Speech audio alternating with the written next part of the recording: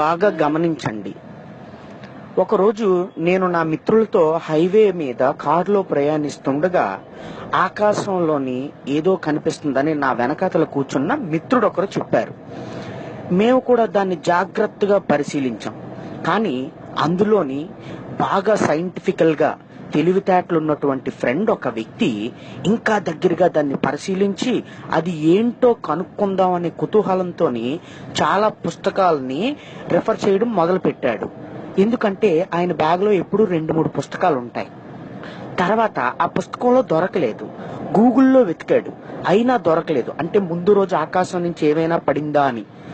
చివరికి నా పక్కన ఉన్న ఇంకొక మిత్రుడు బాగా క్లోజ్ గా చూశాడు దాన్ని.